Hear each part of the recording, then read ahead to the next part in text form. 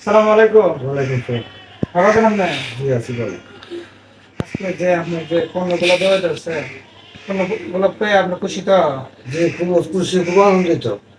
এখানে প্রবাসী ভাই বোনেরা যারা আছে তাদের জন্য আমি দোয়া করি, আল্লাহ যেন ভবিষ্যতে তাহলে সম্মান মতো রাখে, করা হায়াত দারাজ করে আমি কামনা করি আল্লাহ যেন তাহলে সম্মানিত সব করা দেয়।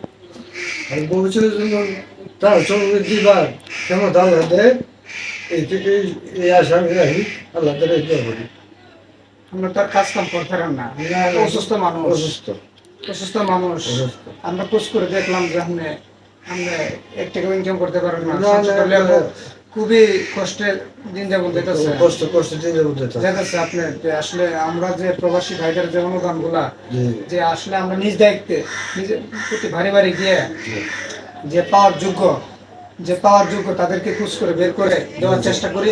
জি। আর আপনি যে আজকে যে পণ্যগুলো দিলাম প্রবাসী বাইরের অনুদান, আর একটা জিনিস আপনি মনে করেন যে কোনো টাইমে দেশে করেন আমাদের সাথে যোগাযোগ করবেন, আচ্ছা আচ্ছা, ইনশাল্লাহ। দেওয়ার চেষ্টা করুন। আচ্ছা আচ্ছা। আর আসলে আমরা প্রবাসী বাইরে আমরা দেশে যারা আছি আমরা সবাই মিলেমিশে যে কাজগুলো করতেছি আমাদের জন্য সবার জন্য দোয়া করবেন। দোয়া করি আল্লাহ যেন আরো ভবিষ্যতে আরো উন্নতি বাড়াই দেয়। হ্যাঁ অবশ্যই আপনারা দোয়া করবেন যে তার সবসময় আপনাদের সেবা করতে পারি, হ্যাঁ সেবার লোককে এগিয়ে যেতে পারি।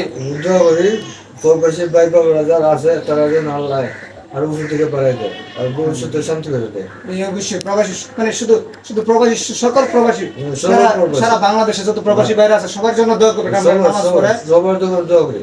আর নামাজ পড়বেন তো, হ্যাঁ। আর পড়েন তো ইনশাল্লাহ। ইনশাল্লাহ।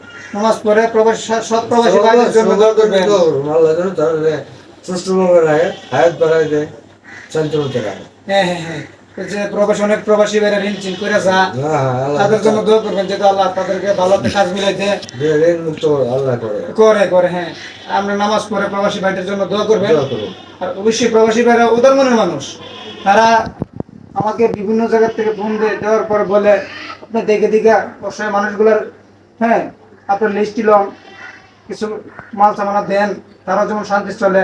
গরিবরা যাতে শান্তি মতো চলতে পারে। আজকে চিন্তা করেন যে আমরা যেন শান্তি মতো চলতে পারি। আজকে চিন্তা করেন যে প্রবাসী ভাইরা আপনাদের মনে করেন কত কষ্ট করে এই দেশের দিকে ঋণ ঝিন করে খেত বিক্রি করে যায়, যাওয়ার পরে চিন্তা করেন আজকে গিয়ে কত কষ্ট করে ইনকাম করে 12 ঘন্টা ডিউটি করে, হ্যাঁ করার পরও চিন্তা করেন আজকে তারা কত বড় মনে মানুষ।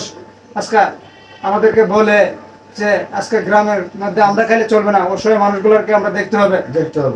তারা তো আমরা দেখে আমরা চলতে থাকি। আচ্ছা।